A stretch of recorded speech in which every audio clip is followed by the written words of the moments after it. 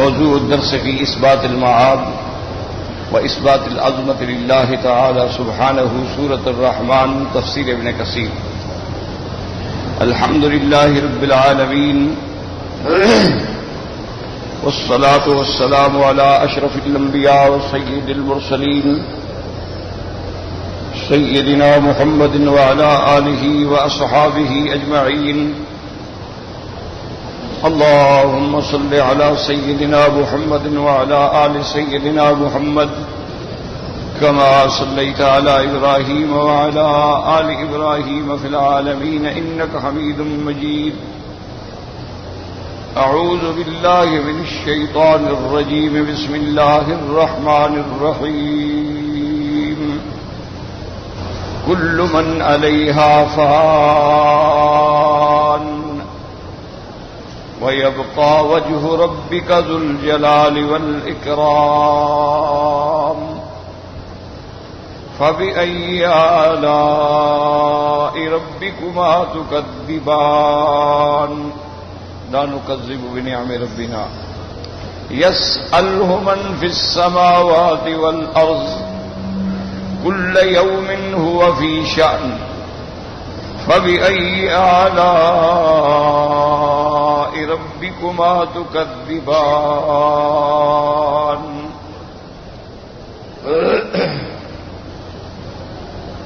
اللہ تبارک و تعالی نے کلام مقدس کی ان آیات مبارکہ جو سورۃ الرحمن کی آیات ہیں، اپنے نعمتوں کا اللہ نے ذکر فرمایا. بعض نعمتیں سماوی ہیں، بعض نعمتیں ارضی ہیں، بعض نعمتوں کا تعلق عالم علوی سے ہے، بعض نعمتوں کا تعلق عالم سفلی سے ہے. بعض نعمتیں انسان کی غذا سے تعلق رکھتی ہیں اور بعض نعمتیں انسان کے تفقہ اور تلذذ کی حیثیت رکھتی ہیں. تو اللہ نے ساری نعمتوں کا ذکر فرمایا. اب ان آیات مبارکہ میں جو ہم نے اب تلاوت کی ہیں، اس میں اللہ تبارک و تعالی نے اپنی عظمت اور اس بات قیامت کے بارے میں ذکر فرمایا. سب سے پہلے تو یہ سمجھیں کہ بھئی ان آیات کا آپس میں تعلق کیا ہے. کہ جیسے ہم نے پڑھا کہ اللہ نے 2 دریا پیدا کیے، ان میں سے موتی نکلتے ہیں. اب اس کے بعد فوراً آیا کہ کل من علیہا فان، جو بھی اس زمین پہ ہے اس نے فنا. تو ان آیات کا سابقہ آیات سے تعلق کیا؟ اس کو کہتے ہیں کہ ربط کیا ہے. تو علماء نے فرمایا کہ اس میں اللہ نے اشارہ فرمایا کہ یہ ساری نعمتیں جو میں نے تم کو دی ہیں، تو ان نعمتوں کا بھی تو کوئی حساب کتاب ہوگا کہ نہیں ہوگا. یہ تو نہیں ہے کہ میں نے تمہیں اس لیے پیدا کیا کھاؤ پیو اور مر جاؤ. تو اس کا جو حساب ہے وہ کب ہوگا؟ جب قیامت ہوگی. تو اس لیے ان آیات کا بھی اس سے ایک تعلق. اور دوسری بات یہ بھی دماغ میں رکھیں کہ قرآن پاک میں سب سے بنیادی مسائل جو ہیں وہ 3 ہیں. یعنی سارے قرآن مقدس میں نظر ڈالیں تو جو بنیادی مسائل ہیں، اصولی مسائل ہیں، اساسی مسائل ہیں، یعنی جن پر ایمان کی مدار ہے، اور جو مسائل ایسے ہیں کہ حضرت نوح علیہ السلام سے لے کر سرکار دو عالم صلی اللہ علیہ وسلم تک ان 3 مسائل میں کوئی فرق نہیں. ہر پیغمبر نے یہ 3 مسائل بیان کیے، اور یہی اصول ہے، یہی بنیاد ہے، یہی اساس. اور وہ 3 مسائل کیا ہیں؟ سب سے پہلے مسئلہ توحید، کہ اللہ نے قرآن مقدس میں سب سے اہم مسئلہ جو ہے وہ توحید. پھر توحید کے اندر بھی اقسام ہیں. توحید الوہیت ہے، توحید ربوبیت ہے، توحید جو ہے فی الافعال ہے، توحید جو ہے فی الاسماء والصفات ہے۔ تو جب توحید کی اقسام آئیں گی تو صاف بات ہے کہ شرک کا خود بخود رد ہوگا۔ جب ہم توحید کا مسئلہ پڑھیں گے، توحید کو سمجھیں گے تو شرک کی نفی خود بخود ہو جائے گی۔ تو پہلا مسئلہ جو قرآن میں اہم ہے وہ ہے توحید، اور دوسرا مسئلہ جو سب سے اہم ہے وہ ہے نبوت اور رسالت، کہ تمام انبیاء اور رسولوں پر ایمان ہو، کہ اللہ نے جن کو بھی نبی اور رسول بنا کے بھیجا ہے ہمارا سب پر ایمان، اور یہ بھی ایمان ہو کہ تمام انبیاء اولاد آدم سے ہیں، تمام انبیاء بشر ہیں، تمام انبیاء ولد آدم ہیں، اور تمام انبیاء جو ہیں اللہ نے انسانوں میں سے مرد بھیجے ہیں، کسی عورت کو اللہ نے نبوت عطا نہیں فرمائی ہے۔ اور حضور کے بارے میں ایک خاص ایمان ہو کہ حضور پاک جیسے امام الانبیاء ہیں اسی طرح خاتم الانبیاء ہیں، آپ کے بعد اللہ نے نبوت کا دروازہ ہی بند کر دیا ہے کہ لا نبی بعدہ ولا رسول بعدہ، آپ کے بعد نہ نبی ہوگا، نہ رسول ہوگا، نہ کتاب ہوگی، نہ کوئی شریعت ہوگی۔ اس لیے علماء فرماتے ہیں لا نبی بعدہ ولا رسول بعدہ ولا معصوم بعدہ ولا کتاب بعد کتابہ ولا شریعت بعد شریعتہ۔ اب عالمی نبوت، آخری نبوت، خاتمیت جو ہے وہ صرف حاصل ہے حضرت محمد مصطفیٰ صلی اللہ علیہ وعلا آلہ واصحابہ وسلم تسلیما کثیرا کثیرا۔ اور اسی طرح جتنے انبیاء ہیں سارے برحق ہیں، یعنی لا نفرق بین احد من الرسل، یہ ہم نہیں کرتے کہ ایک پیغمبر پر ایمان لے آئیں اور دوسرے کا انکار کریں۔ اب دیکھیں نا، یہودی ہیں وہ حضرت موسیٰ علیہ السلام پر ایمان ہے لیکن عیسیٰ علیہ السلام کے منکر ہیں، جتنے نصرانی ہیں ان کا عیسیٰ علیہ السلام پہ ایمان ہے لیکن موسیٰ علیہ السلام کے منکر ہیں۔ یہ شرف حضور کی امت کو ہے کہ حضرت آدم سے لے کر تمام انبیاء اور رسولوں پر ہمارا ایمان ہے کہ تمام انبیاء برحق، تمام رسول برحق، ان پہ اترنے والی کتابیں برحق، لیکن حضور کے آنے کے بعد اب تمام ادیان ختم ہو گئے، تمام کتابیں ختم ہو گئیں، اب قیامت تک صرف دین اسلام ہوگا۔ یہ دوسرا مسئلہ ہے، اس کو دماغ میں رکھ لیں۔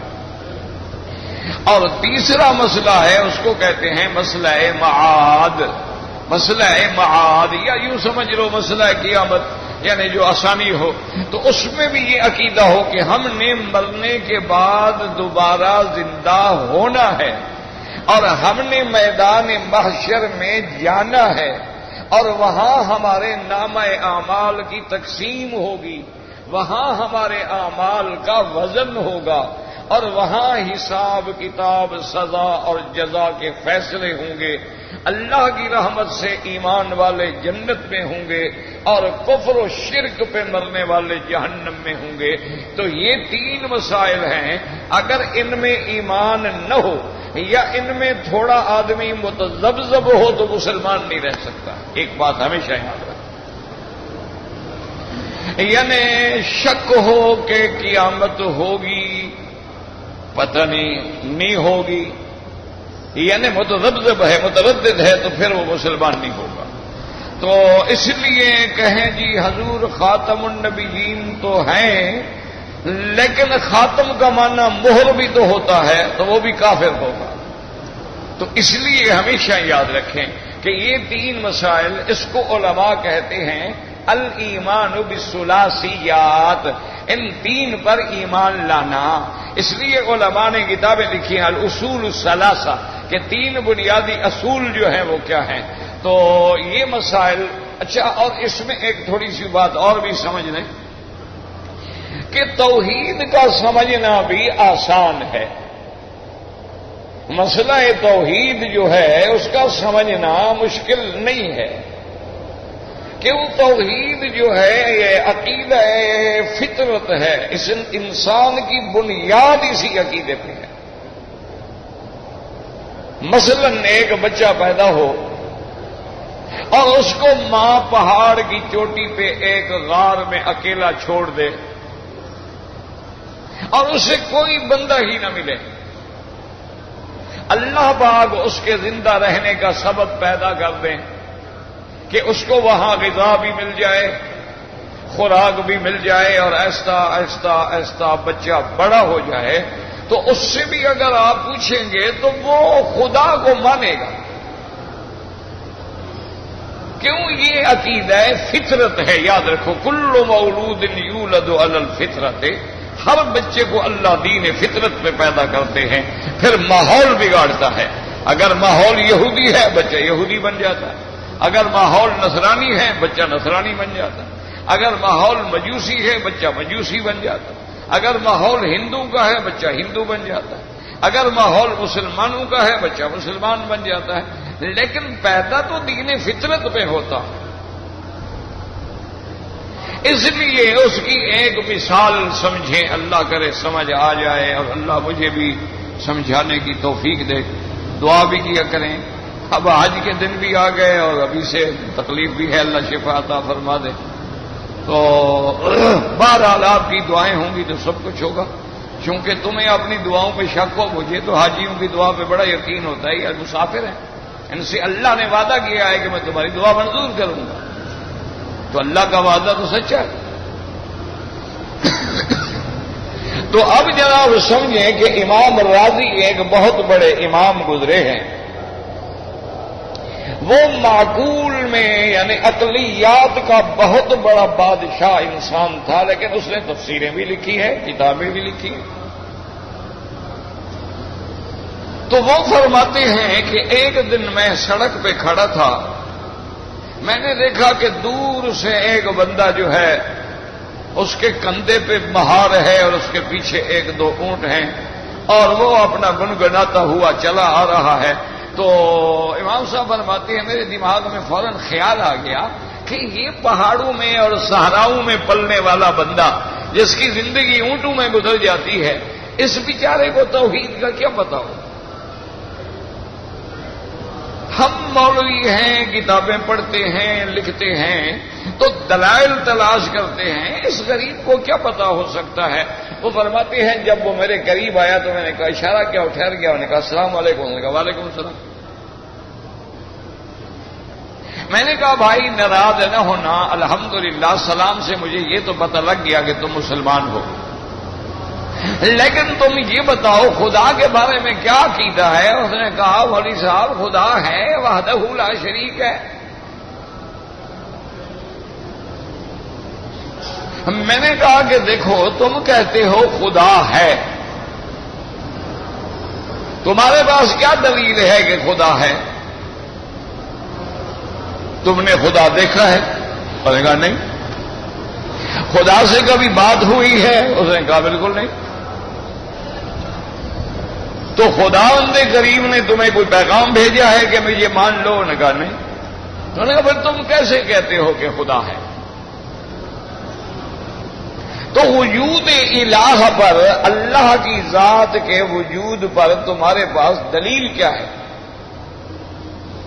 وہ کہتے ہیں پہلے تو اس نے بڑا غور سے میری طرف دیکھا اور اس کے بعد کہنے لگا مولوی صاحب اتنی بڑی داڑھی ہے تمہاری ماشاءاللہ، اور تمہیں اتنا عقل بھی نہیں ہے کہ البعرۃ تدل علی البعیر۔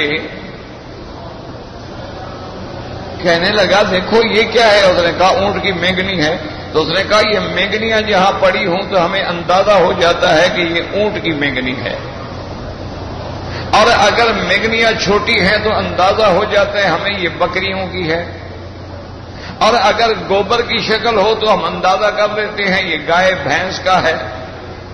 تو اگر یہ ایک چھوٹا سا بارہ جو ہے، ایک چھوٹا سا میگنی جو ہے وہ اتنے بڑے اونٹ پہ دلالت کر رہی ہے، نے کہا مولوی صاحب تیرا دماغ خراب ہے، اتنا بڑا کارخانہ ہے، نہیں دلالت کر رہا کہ میرا بھی کوئی بنانے والا چلانے والا ہے؟ اور نے کہا مولوی صاحب عجیب آدمی ہو تم،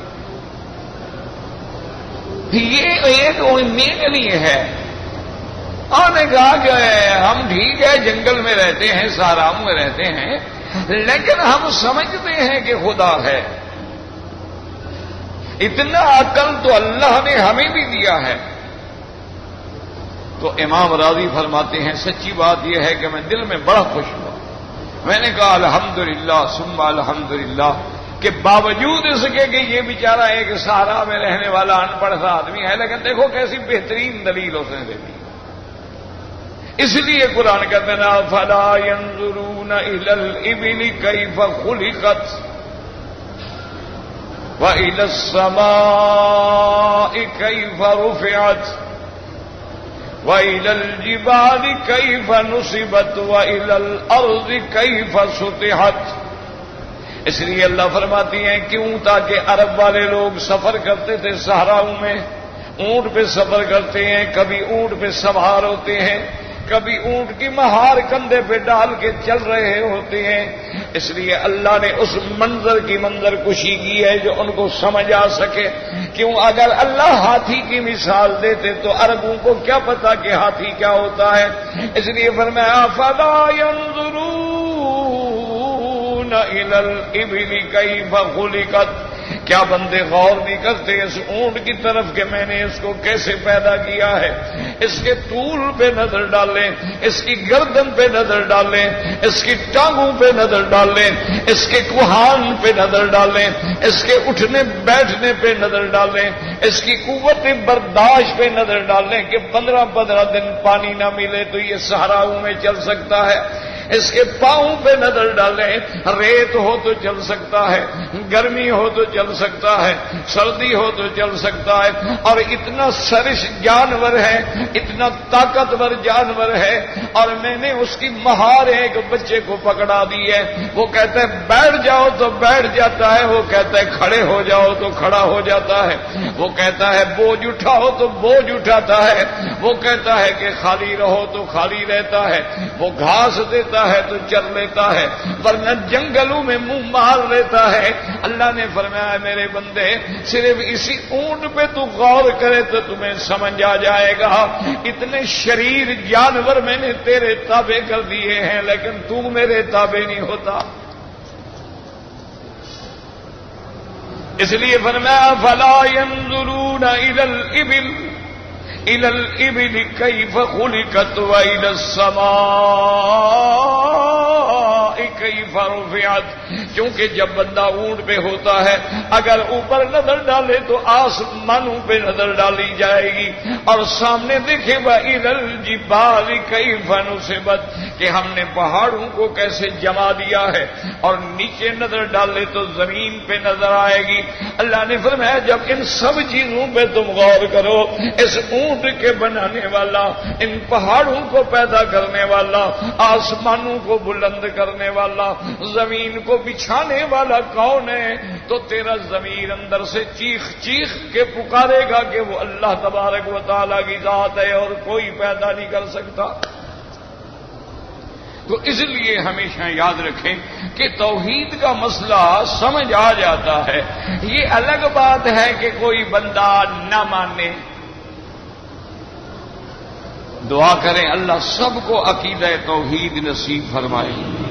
دل سے دعا کرو اللہ سب کے دلوں میں جو شرک و بدعات کی بیماریاں ہیں اللہ ان رجس کو اور نجس کو اور ان ناپاک چیزوں کو صاف کر کے صحیح معنوں میں ہر کلمے پڑھنے والے کو اللہ وہ عقیدہ نصیب کرے جو اسی سرزمین مکہ کے جبل نور پہ قرآن اترا اور صفا پہ کھڑے ہو کے محمد مصطفیٰ نے دعوت دی.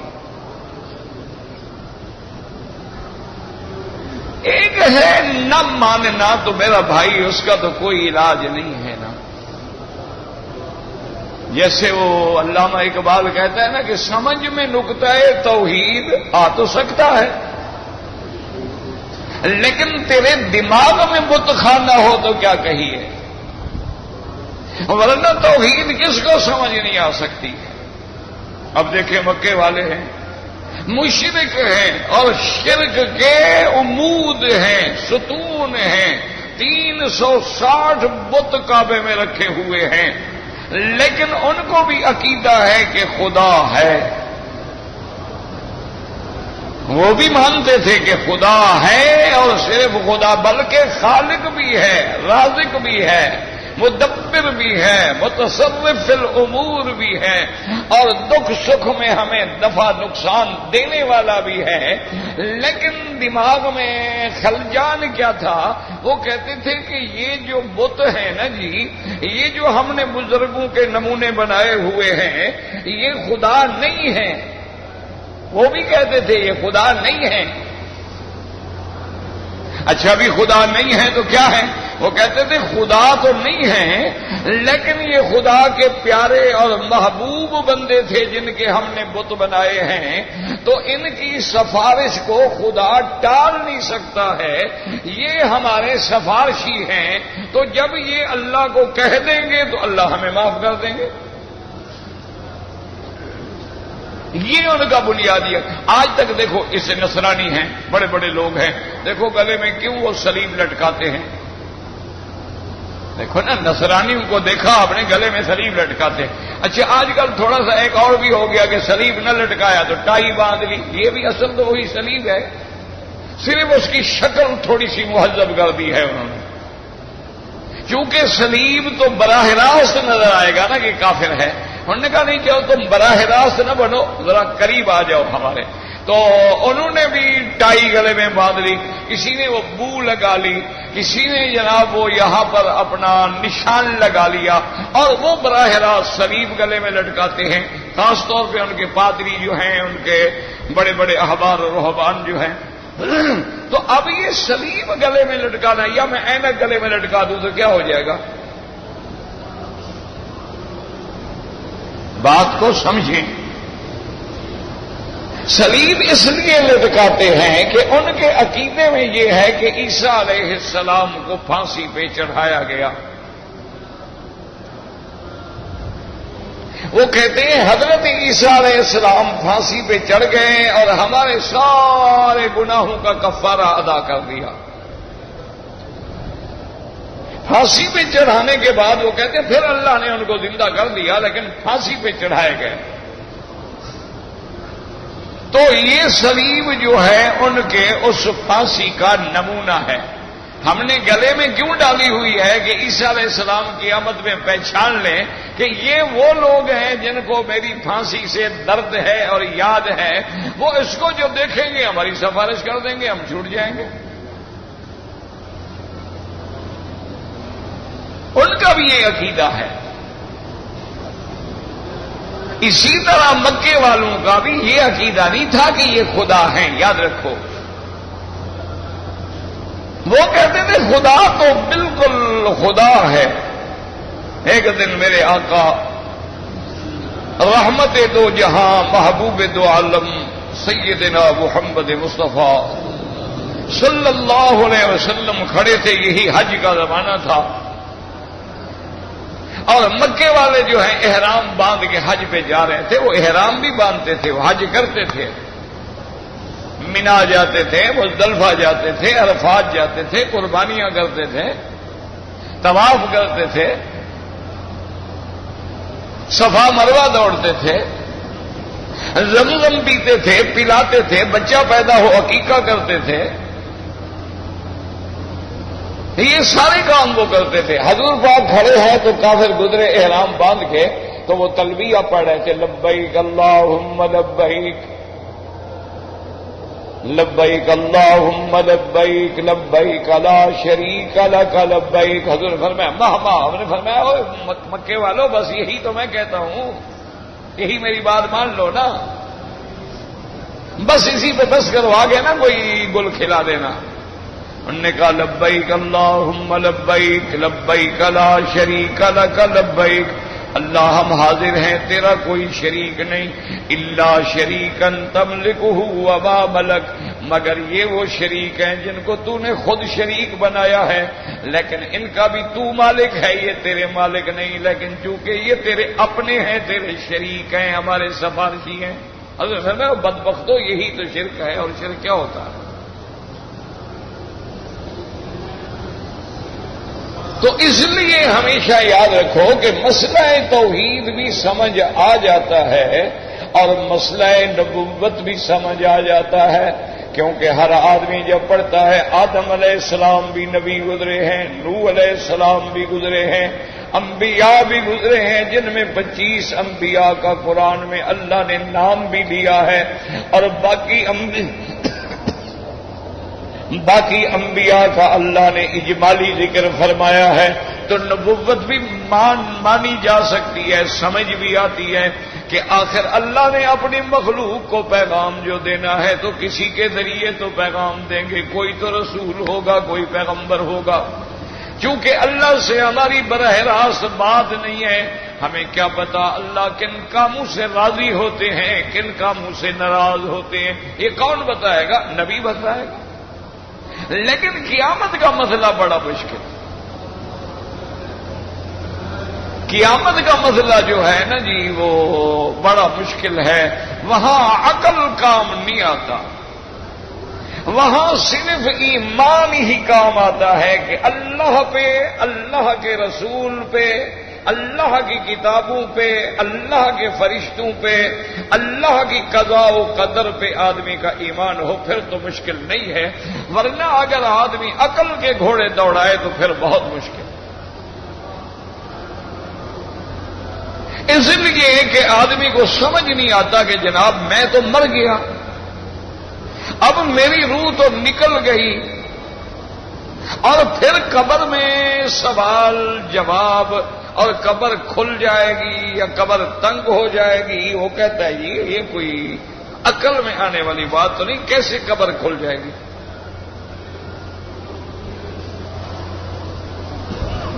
یہ باتیں اس کے عقل میں نہیں آتی ہیں۔ وہ کہتے ہیں کہ قبر اگر کھل جاتی ہے 70 گز 70 ہاتھ کھل جاتی ہے تو ادھر تو ایک عورت کی قبر ہے، ادھر ایک مرد کی قبر ہے، یہ قبر جب کھلے گی تو کیا وہ ادھر آ جائے گی یا ہم ادھر چلے جائیں گے؟ وہ عقل سے سمجھ نہیں آتی۔ وہ کہتے ہیں کہ جناب جب بندہ قبر میں چلا گیا، ہم نے مٹی ڈال دی، دفن کر دیا، اوپر باقاعدہ ہم نے لپا پوتی بھی کر دی ہے، تو اب فرشتے اندر کیسے گھس گئے سوال جواب کرنے کے لیے؟ اگر گھس گئے تو ہمیں کوئی سراغ تو نظر نہیں آتا۔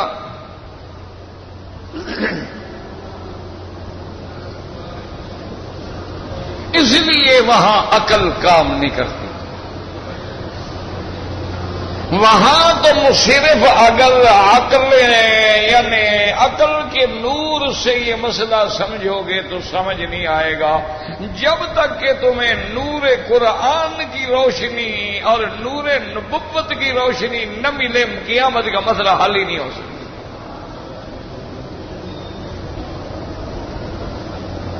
اس کی آسان مثال یہ ہے کہ جب حضور سرکار دو جہاں معراج مبارک سے واپس آئے، آپ نے اعلان فرمایا تو مکے والوں میں تو کھلبلی مچ گئی نا۔ ابو جہل لینڈ کمپنی جو تھی ان کو تو موقع مل گیا، پورے مکے میں شور کر دیا، اور جناب یہ کیسے ہو سکتا ہے کہ حضور صلی اللہ علیہ وسلم ایک رات میں مسجد اقصی جائیں، آسمانوں پہ جائیں، معراج ہو، واپس آ جائیں، رات بھی ختم نہ ہو؟ یار یہ بات بلا ہو سکتی ہے؟ یہ کوئی عقل میں آنے والی بات ہے کہ مکے سے مسجد اقصی تک 1 مہینے کا سفر ہے، اور حضور خود فرماتے ہیں کہ دنیا میں زمین سے آسمان تک 500 سال کا سفر ہے، 7 آسمان ہیں تو 3500 سال لگنے چاہیے، تو حضور ایک رات میں کیسے واپس آ گئے؟ اب ان کے دماغ میں یہ بات نہیں بیٹھی، کیوں؟ ایمان نہیں۔ جب ابو جہل یہ دیکھ کے اور حضرت ابو بکر صدیق رضی اللہ تعالی عنہ کے پاس آیا اور بڑا خوش ہو کے کہنے لگا، حل سمیت ما قال صاحب، کہا اور تمہیں پتہ بھی ہے تمہارے دوست نے کیا نئی بات کہہ دی؟ ابو بکر نے فرمایا کیا بات ہے؟ اس نے کہا کمال ہے، وہ کہتے ہیں میں مسجد اقصی گیا، معراج پہ گیا، سدرۃ المنتہا پہ گیا، میں نے اللہ تعالیٰ سے کلام کیا، اللہ نے مجھ پہ نمازیں فرض کی، میں واپس آ کے میں نے جنت دیکھی، میں نے جہنم دیکھی، میں نے بیت المعمور دیکھا، میں انبیاء سے ملا، میں نے انبیاء کو نماز پڑھائی، اور رات بھی نہیں گزری کہ میں واپس آ گیا۔ اور نے کہا ابو بکر اب تو مان لو نا، ہم جو کہتے ہیں کہ دیوانہ ہے، اب ہماری بات مان لو نا، یہ ہو سکتا ہے بھلا؟ حضرت ابو بکر نے کہا ابو جہل زیادہ بک بک نہ کرو، ایک بات بتاؤ، جو تم کہہ رہے ہو یہ میرے محبوب نے فرمایا ہے؟ اس نے کہا بالکل فرمایا۔ نے کہا صدق رسول اللہ۔ اس نے کہا فرمایا ہے تو پھر سچ فرمایا۔ اس نے کہا اتنی بڑی بات مانتے ہو؟ اس نے کہا اوے ابو جہل تم تو عقل کے اندھے ہو، ہم تو اس سے بھی بڑی باتیں مانتے ہیں کہ جبریل آسمانوں پہ جاتا ہے آتا ہے۔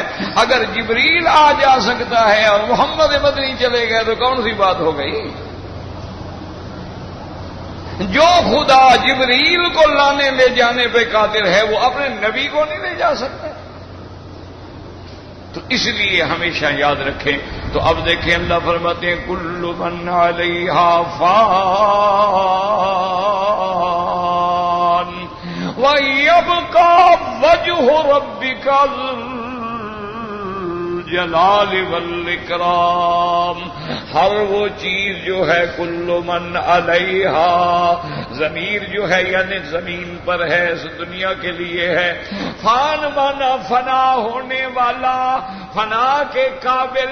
یہ مانا نہیں کہ جب یہ آیت اترے گی تو ہر چیز فنا ہو جائے گی، بل مانا یہ ہے کہ جیسے فرمایا کل شیء ہالک، ہر چیز ہلاک ہونے والی یعنی قابل ہلاک ہے۔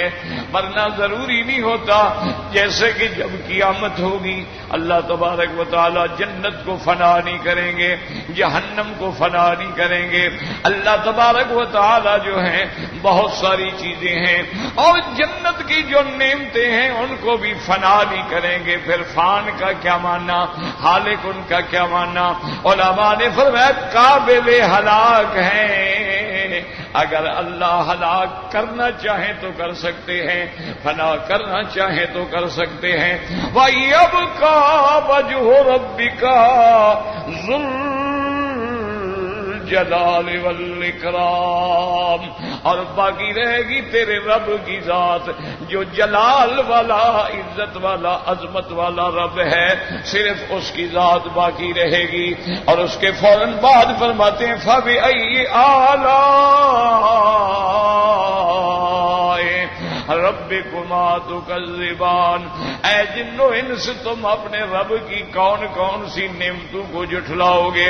اب سمجھے مسئلہ، کل من علیہا فان، ہر چیز فنا ہونے والی ہے، مٹنے والی ہے، ہلاک ہونے والی ہے۔ یہ نعمت کیسے ہو گئی؟ نعمت تو تعمیر ہوتی ہے، تخریب تو نعمت نہیں ہوتی۔ کسی چیز کا بنانا نعمت ہوتا ہے لیکن کسی چیز کا مٹانا تو نعمت نہیں ہوتا۔ لیکن اللہ نے فرمایا کہ یہ نعمت ہے۔ فَبِأَيِّ آلَاءِ رَبِّكُمَا تُكَذِّبَانِ، تو فنا کیسے نعمت ہے؟ علماء نے فرمایا غور کرو، اگر یہ عالم فنا نہیں ہوگا تو عالم آخرت بھی نہیں آئے گا، اور جب عالم آخرت نہیں آئے گا تو وہ نعمتیں جو اللہ نے تیرے لیے بنائی ہیں وہ بھی تمہیں نصیب نہیں ہوں گی۔ لہذا اس دنیا کا فنا ہونا بھی نعمت ہے، اس دنیا کا مٹ جانا بھی نعمت ہے۔ یہ دنیا بھی فانی ہے اور آخرت جو ہے وہ باقی ہے۔ تو اگر باقی کے حاصل کرنے کے لیے اس کو مٹا دیا جائے تو یہ بھی ایک نعمت ہے۔ اس لیے اللہ نے فرمایا کل من علیہا فان، اور آگے فرمایا وَيَبْقَى وَجْهُ رَبِّكَ، صرف ایک تیرے رب کی ذات ہے جو باقی ہے، جس پہ کبھی فنا نہیں، جس پہ کبھی ہلاک نہیں، ہر چیز قابل ہلاک ہے، صرف وہ ہے جو حی ہے، جو قیوم ہے۔ اللہ لا الہ الا هو الحی القیوم، وہی ہے جو باقی ہے، وہی ہے جو دائم ہے. اس لیے حدیث میں آتا ہے جب فرشتے بھی ختم ہو جائیں گے اللہ پاک فرمائیں گے جبرائیل کم بقی من الملائکہ، اے جبرائیل میرے فرشتوں میں کتنے باقی رہ گئے؟ وہ عرض کریں گے انت اعلم یا ربی، آپ تو جانتے ہیں کہ کتنے باقی ہیں، لیکن آپ کا حکم ہے تو اب ہم صرف 4 فرشتے باقی رہ گئے ہیں. ایک جبرائیل ہے، ایک میکائیل ہے، ایک اسرافیل ہے اور ایک عزرائیل ہے. صرف 4 فرشتے باقی ہیں. اللہ حکم دیں گے جبرائیل اب ان 3 کی روح تم قبض کر لو. حضرت جبریل ان 3 کی روح بھی قبض کر لیں گے، وہ 3 بھی مر جائیں گے، فنا ہو جائیں گے، اور اللہ اپنا نظام بتلا دیں گے تاکہ دنیا یہ نہ سمجھے کہ روح نکالنا صرف اسرائیل جانتا ہے، بلکہ اللہ نے فرمایا میں جس کو حکم دے دوں، میں چاہوں تو اسرائیل کو حکم دے دوں، میں چاہوں تو جبریل کو حکم دے دوں، چونکہ اصل تو روح قبض کرنے والی میری ذات ہے. اللہ یتوفی الانفس حین موتہا، باقی فرشتے جو ہیں قل یتوفاکم ملک الموت الذی وکل بکم، اور یہ ملک الموت جو ہے یہ تو میری طرف سے توکیل کیا گیا ہے، میرے حکم کی تعمیل کرے گا. اب جناب اللہ فرمائیں گے کم بقی یا جبرائیل، جبرائیل اب کتنے بچ گئے؟ جبریل کہے گا ما بقی الا عبدک الذلیل، کہ یا اللہ اب تیرے اس عبد، اس عاجز بندے کے سوا کوئی نہیں بچ گیا ہے. اللہ حکم فرمائیں گے تم بھی مر جاؤ، تو سب فنا ہو جائے گا. کل من علیہا فان وَيَبْقَى وَجْهُ رَبِّكَ. یاد رکھو قرآن میں یہاں آتا ہے وجہ ربک، یعنی اس کی ذات. لفظ وجہ ہوتا ہے مراد ساری اللہ کی ذات ہے، جیسے اس کی شان کو ذبح ہے کما یلیق بشان ہوئی. اس لیے کئی فرماتے ہیں اینما تولوا فثم وجہ اللہ، اور اللہ تبارک و تعالی نے یہاں بھی فرمایا وَيَبْقَى وجہ ربک، تیرے رب کی ذات ذوالجلال والاکرام. اور یہ بھی نعمت ہے ہمیں ایسا رب ملا، ایسا خدا ملا جس نے کبھی فنا، جس میں کبھی. اور اگر تم نے ان کو رب بنا لیا جنہوں نے خود مر جانا ہے تو پھر تیری مشکل حل کون کرے گا؟ ہاں جی، ہم نے اگر کسی مرشد کو مشکل کشا بنا لیا، پیر کو مشکل کشا بنا لیا، حاجت روا بنا لیا، جب وہ خود مر گیا تو اب ہماری مشکل کون حل کرے؟ اس لیے اس کو مانے جس پہ نہ مشکل پڑے، نہ فنا آئے، نہ موت آئے. اس لیے فرمایا فَبِأَيِّ آلَاءِ رَبِّكُمَا تُكَذِّبَانِ. اور فرمایا اس کی شان دیکھو، يَسْأَلُهُ مَن فِي السَّمَاوَاتِ وَالْأَرْضِ، اسی سے مانگتے ہیں جو آسمانوں میں ہیں. اور کس سے مانگتے ہیں؟ ہاں جی یہ بات تو کھری کرو، چلو اپنے ملک میں جا کے پھر جانا، یہاں اللہ کے کعبے میں تو سچی بات کرو. کس سے مانگتے ہیں؟ ہاں جی آسمانوں والے کس سے مانگتے ہیں؟ زمینوں والے. اور مسلمان کس سے مانگتا ہے؟ کون کہتا ہے یا شیخ عبد القادر جیلانی شیئا للہ، یا داتا یا معین الدین اجمیری مدد کن مدد کن مدد کن یا معین الدین چشتی بگردہ بے بلا افتاد کشتی. یہ مسلمان کا عقیدہ ہے. میرے خیال میں یہ عقیدہ تو اگر وہ پہلے زمانے والے اللہ کافر کھڑے کرتے ہیں وہ کہیں گے یار یہ کوئی اور مخلوق ہے. اور یاد رکھنا، باقی یہ کہنا کہ ہم ان کو کہتے ہیں، یہ آگے کہتے ہیں، یہی تو کافروں کا عقیدہ ہے. کیوں؟ اب ہماری بات یاد رکھو، بادشاہ نہ سنے تو وزیر کو کہو گے، وزیر نہ سنے تو مشیر کو کہو گے، اگر وہ نہ سنے تو سیکرٹری کو کہو گے، لیکن جو خدا خود پکارتا ہو آؤ ہے کوئی مانگنے والا. اس کے لیے پھر کسی وزیر کی کیا ضرورت ہے؟ یہ کہہ دیتی ہے نا یار وہابیوں کو کیا پتا سیدھیوں کے بغیر بھی بھلا کوئی مکان پہ چڑھتا ہے۔ وہ بابا ایک دنیا کے حاکم کی ضرورت ہو تو واسطے وسیلے کی ضرورت ہوتی ہے۔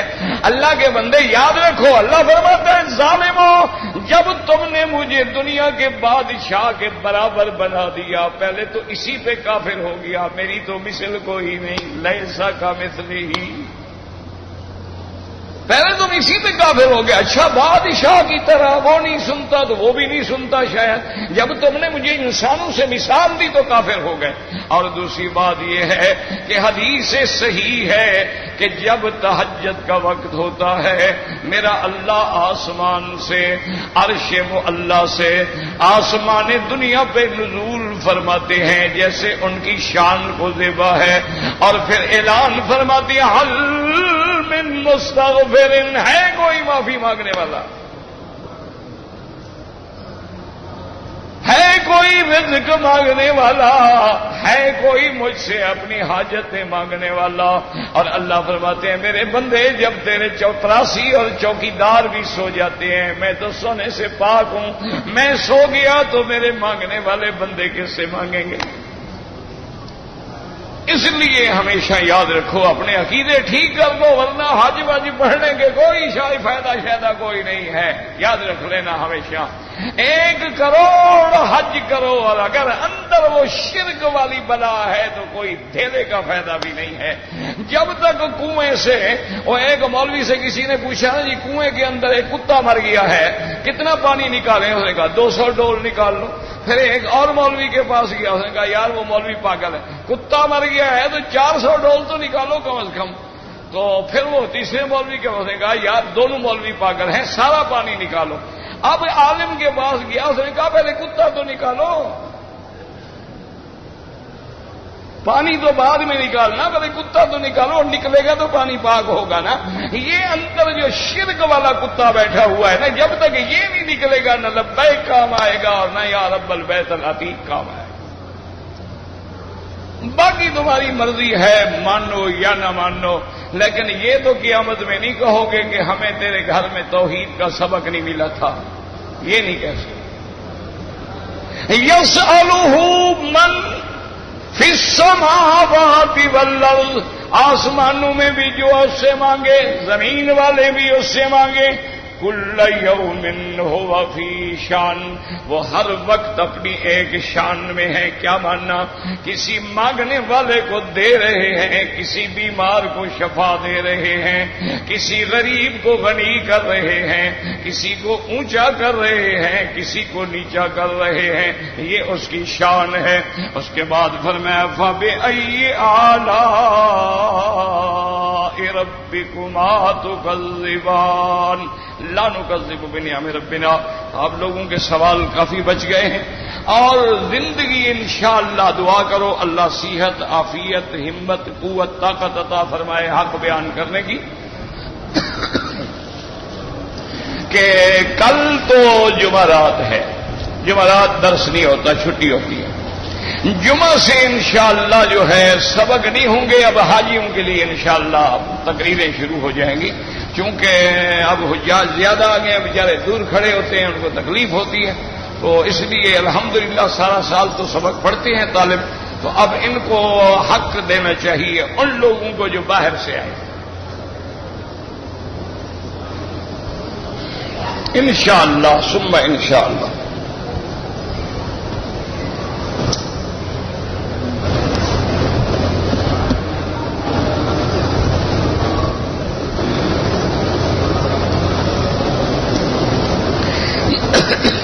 طلاق جو ہے نا یاد رکھو یہ مرد کا حق ہے، عورت کا حق نہیں ہے۔ آسٹریلیا یا کسی اور ملک کے قانون میں اگر کوئی بات ہے تو اس کا اسلام سے کوئی تعلق نہیں ہے، کیونکہ ساری سورت طلاق پڑھ لیں، احکام طلاق پڑھ لیں تو ہر جگہ اللہ نے یہ حق جو ہے مرد کو دیا ہے اور عورت کو نہیں دیا۔ اور یہ بھی شکر کرو اگر عورت کے حق میں طلاق ہوتی نا ہم سارے یتیم بن کے گھر کے باہر کھڑے ہوتے ہیں۔ کیوں؟ عورت بیچاری تو کمزور ہوتی ہے نا، ضعیف العقل بھی ہوتی ہے، ضعیف الرائے بھی ہوتی ہے، ضعیف البنیان بھی ہوتی ہے، اور ایک ایک منٹ میں بگڑنے والی بھی ہوتی ہے۔ وہ تو جناب روزانہ شوہر کو انشاءاللہ طلاقوں کے بنڈل پکڑوا دیتی ہے۔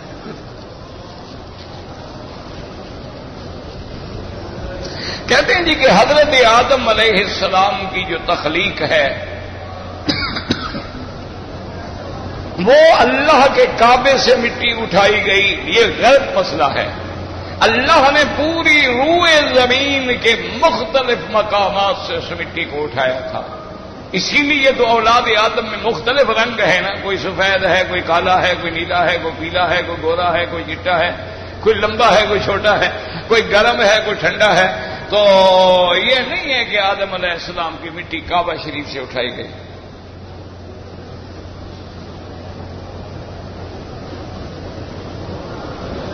کہتے ہیں جی کہ حج کی کتابوں میں لکھا ہوا ہے کہ میل کچیل نہ اتاریں غسل کرنے میں۔ مانا یہ ہوتا ہے میرے بھائی، تم کتابوں لکھنے والوں پر اعتراض فوراً جڑ دیتے ہو نا۔ مانا یہ ہوتا ہے کہ حج میں میلا ہونا خدا کو پسند ہے، ہر مقام پہ نظافت پسند ہے، لیکن حج میں اللہ کو میلا ہونا پسند ہے۔ اللہ فرماتے ہیں ملائکہ ہؤلاء جاؤنی شعثا غبرا، یہ دیکھو میرے بال پھیلائے ہوئے، مٹی ڈالے ہوئے، میل کچیل میں بھرے ہوئے بندے کھڑے ہیں، یہ کیا مانگتے ہیں؟ تو فرشتے کہیں گے مولا آپ تو جانتے ہیں یہ معافی مانگنے آئے ہیں۔ تو اللہ فرمائیں گے جاؤ گواہ ہو جاؤ، میں نے سب کو معاف کر دیا۔ تو ایام حج میں تکبر کو ہم نے مارنا ہے، یہ نہیں کہ ہم شمپو کریں جناب اور اس کے بعد پرفیوم چھڑکیں، نہیں، کفن والی چادریں پہننی ہیں، اور غسل سے احرام سے پہلے اچھی طرح غسل کر لیں۔ اچھا، اور آج کل احرام میں بھائی دن کتنے ہوتے ہیں؟ پہلے تو مہینے لگتے تھے نا، آج تو جناب انشاءاللہ آپ 8 تاریخ کو احرام باندھیں گے، 10 کو کھل جائے گا، کون سی میل کچیل جناب تمہیں کھا جائے گی؟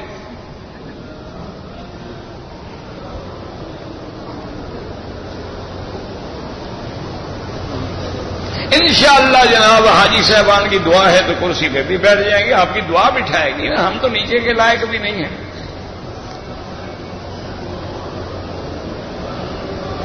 جنازے کی نماز میں سلام ایک طرف پھیرے تو نماز پوری ہو جاتی ہے، اور 2 طرف پھیرے تو جائز ہے۔ ان کے نزدیک بات یاد رکھو کہ ان کا ایک مزاج ہے، ہر آدمی کا امام کا ایک فہم ہے نا۔ تو حنابلہ کے نزدیک یہ ہے کہ بھئی حدیث میں 2 سلام بھی ہیں، تو لہذا جتنی فرض نمازیں ہیں ان میں امام 2 سلام پھیرتے ہیں، اور حدیث میں 1 سلام بھی ہے، تو جنازے میں اس حدیث پہ عمل کر دیتے ہیں تاکہ بھئی دونوں حدیثوں پہ عمل ہو جائے۔ یہ ان کا ایک فہم ہے، اچھی بات ہے، کوئی بری بات ہے، اور 1 سلام سے بھی نماز تمام ہو جاتی ہے۔ امام ابو حنیفہ رحمۃ اللہ علیہ فرماتے ہیں کہ لفظ سلام جو کہیں گے اس پہ اجر ملے گا یا نہیں ملے گا؟ اچھا، ایک آدمی کہتے ہیں السلام علیکم، ایک کہتے ہیں السلام علیکم ورحمۃ اللہ، ایک کہتے ہیں السلام علیکم ورحمۃ اللہ وبرکاتہ، ثواب بڑھ رہا ہے یا کم ہو رہا ہے؟ تو کہتے ہیں 2 دفعہ کہیں گے تو ثواب زیادہ ملے گا، ہم زیادہ کو کیوں چھوڑیں؟ لہذا ان کے نزدیک 2 سلام ہیں اور ان کے نزدیک 1 ہے، نماز دونوں کی ٹھیک ہے۔ یہ لڑائی والا مسئلہ ہے ہی نہیں، یہ تو جاہل لڑاتے ہیں، وہ جب حدیث میں ہے آمنا و صدقنا۔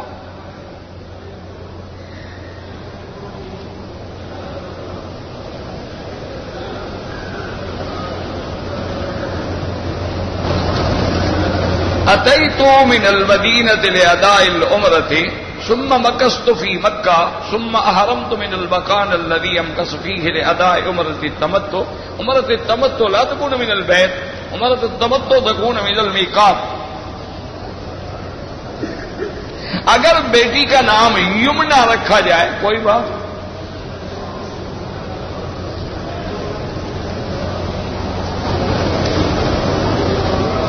مدینہ منورہ میں جب ہم جائیں تو کیا پڑھیں؟ سب سے زیادہ تو درود شریف پڑھیں، چلتے پھرتے اٹھتے بیٹھتے، وضو ہو نہ ہو، ہر وقت زبان پہ درود شریف۔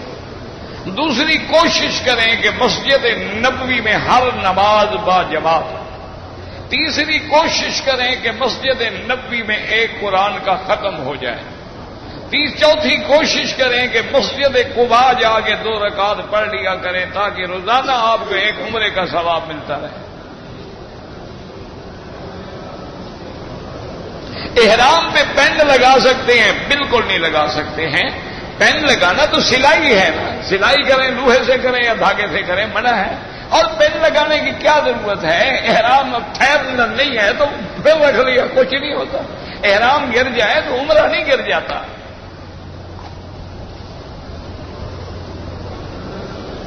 میں اپنے دادے کا حج کرنا چاہتا ہوں.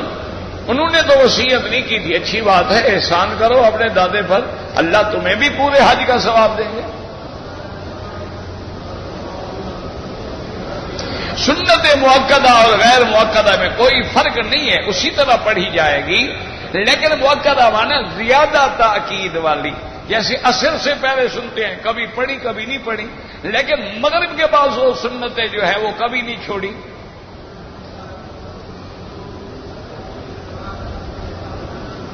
کہتے جی کہ حمل والی عورت جو ہے وہ الٹرا ساؤنڈ کرواتی ہے تو مرد ڈاکٹر ہوتا ہے. کوشش کریں کہ مرد ڈاکٹر نہ ہو. اگر مجبوری ہو تو پھر مجبوری ہے.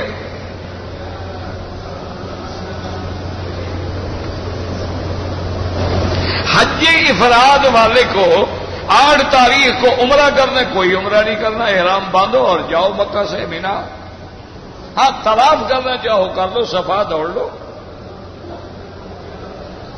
10 دن حجہ کو ہم نے کنکریاں بھی مارنی ہیں، قربانی بھی کرنی ہے، حلق بھی کرانا ہے.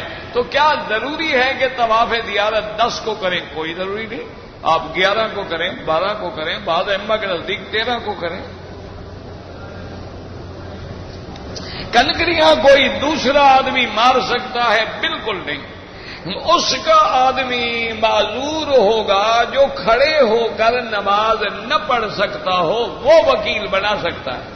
جو چلنے پھرنے کے قابل ہے یا ویل چیئر پہ بھی جا سکتا ہے اور ویل چیئر لے جانے والا موجود ہے، وہ خود کنکریاں مارے. اب تو رش والا بہانہ بھی ختم ہو گیا، اللہ حکومت کو جزائے خیر دے. اب تو انہوں نے 4 منزلہ ماشاءاللہ پلیں بنا دی ہیں کہ رش ہونے کا سوال ہی پیدا نہیں ہوتا.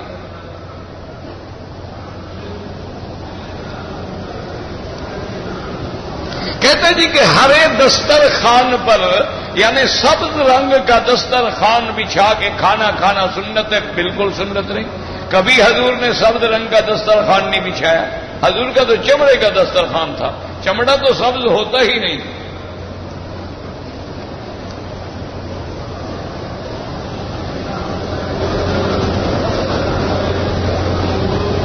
کہتے جی کہ میرا دوست کہتا ہے اولیاء اللہ کی قبروں پہ جب ہم جاتے ہیں تو ہم ان کے پاؤں کو باقاعدہ ہاتھ لگاتے ہیں، چونکہ وہ اولیاء اللہ تو ایک پردہ اوڑھ کے گئے ہوئے ہیں. تو پردہ اوڑھ کے گئے ہوئے تم نے مٹی بھی ڈال دی ہے، بڑے اچھے آدمی ہو. تو صرف پردہ رہنے دینا تھا نا. اچھا، پاؤں کو جو ہاتھ لگاتے ہو قبر کے اندر داخل کر کے یا قبر کے باہر؟ بس یہ کہ جاہلوں کا عقیدے ہیں. انا للہ و انا الیہ راجعون. اللہ ہدایت دے. صدقہ خیرات میں میرا بھائی کوئی فرق نہیں ہوتا. البتہ بعض صدقات واجبہ ہوتے ہیں، جیسے زکوٰۃ ہے، جیسے صدقہ فطر ہے، اور بعض صدقات نافلہ ہوتے ہیں کہ ایسے آدمی خیرات کرتا رہے. اگر حج کے دنوں میں عورت کو حیض آ جائے تو کوئی مسئلہ نہیں ہے. وہ مینا جائے، مزدلفہ جائے، عرفات جائے، کنکری مارے، قربانی کرے اور اس کے بعد احرام کھول دے. جب پاک ہو جائے غسل کر کے طواف کرے. بس اس کے لیے کیا، اس کو تو فائدہ ہے، اس کو نقصان تھوڑا ہے.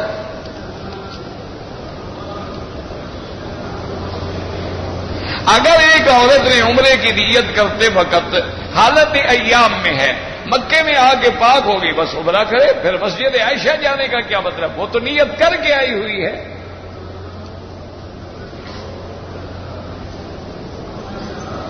کہتے ہیں کہ جب وہ غسل کر لے تو وہ اسکارف باندھنا. اسکارف باندھنا تو رواج ہے، شریعت کا تو کوئی حکم نہیں کہ عورت سر پہ رومال باندھے.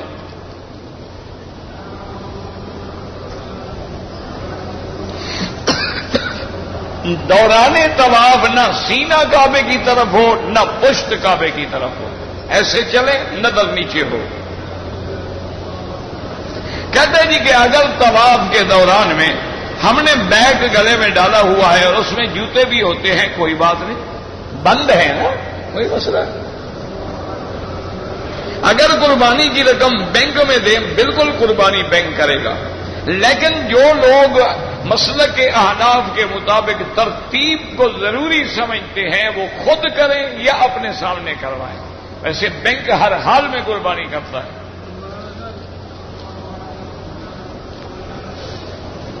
زمزم سے چائے بنائیں، جو مرضی آئے بنائیں۔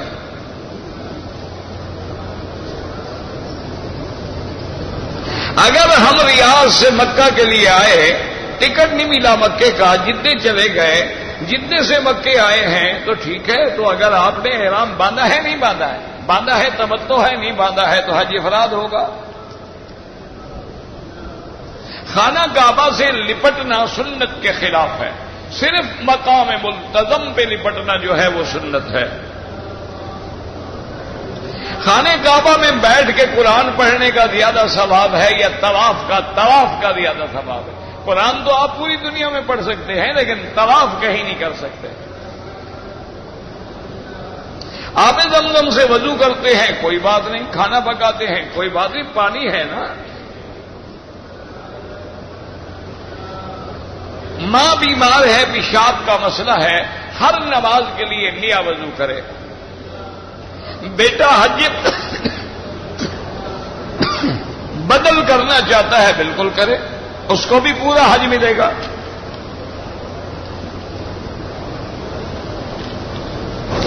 میری عمر 17 سال تھی، والدین کے ساتھ آیا تھا، تو میں نے کینچی سے جو ہو گیا پرانی بحث میں نہ پڑو۔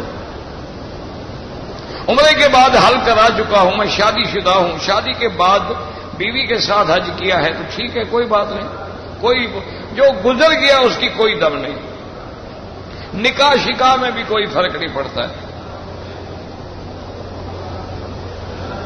17 سال کا تھا، مسئلہ پوچھنے 32 سال کی عمر میں آیا ہے،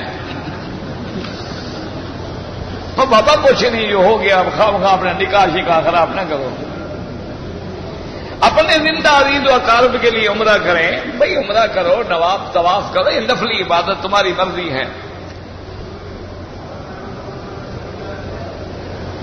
اگر ایک آدمی نے عمرے کا احرام باندھ کے صفا پہلے دوڑا، طواف بعد میں کیا، دم پڑ گئی۔ جو لوگ پاکستان سے آئے ہیں، اپنے ملک میں جو ہم عید الاضحیٰ پہ قربانی کرتے ہیں وہ الگ ہے، وہ تو واجب ہے اضحیہ، یہ حج کی بکری الگ ہے۔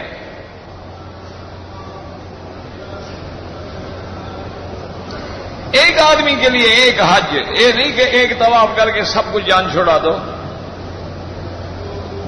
حلق سے پہلے خوشبو والا صابن یا شیمپو لگانا حرام ہے، بالکل کہہ دیا کریں نائی کو کہ مت لگاؤ یا سادہ صابن لگاؤ۔